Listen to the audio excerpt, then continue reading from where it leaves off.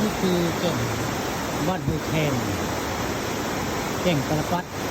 หรือว่าแก่งบ้านนุ่งหอมน้ำพุงบ้านนุ่งหอมห้วยแคนเราเข้ามานี่ก็พาไปทำพาชม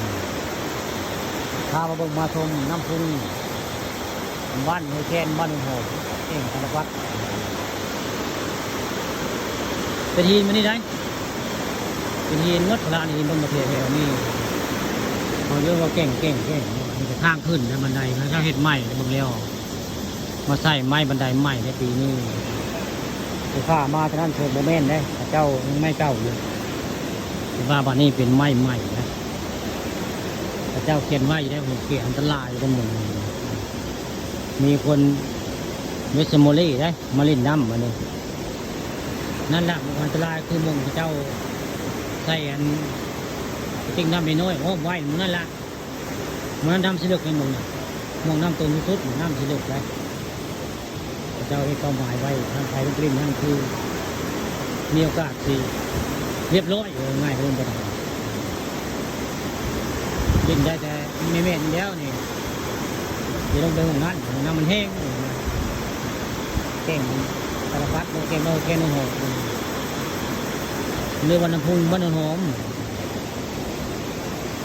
เศร้ามีข่าปานคำมาว่ามาจะอยู่บริเวณแก่งนี่อย่างบริเวณพลานหินน้ำไหลแห้งมีเสียงจันห้องได้ไหมธรรมชาติทางจันกับห้องแห้งเว้นโตไม่ต้องจันเราวิธีเสียงเดี๋ยวไปจับกันนี่แหละแก่งบ้านเราแค่นนโฮนี่แหละถึงพลานหินแบบนี้น้ำจะแห้งครับวันนี้ก็พระเจ้าตึกเฮงเก่งเป็นภาพพระเจ้าแบบนี้เป็นพระเจ้าตึกแล้วย้ายพอมีคนเด็ดโมลี่เลยที่เขาคนใกล้แล้วหรือพระเจ้าลงไปใกล้ได้เทียวมองน้ำบนน้ำสุดกันเลยมันลึกพระเจ้าว่าโมนี่จะบลึกแล้วผมพลานหินลงไปใกล้เหอะมันก็จะยกเนี่ยหาเรื่องคนนี่แหละคนว่ามันหอมก็ไม่เท่มันเลยเท่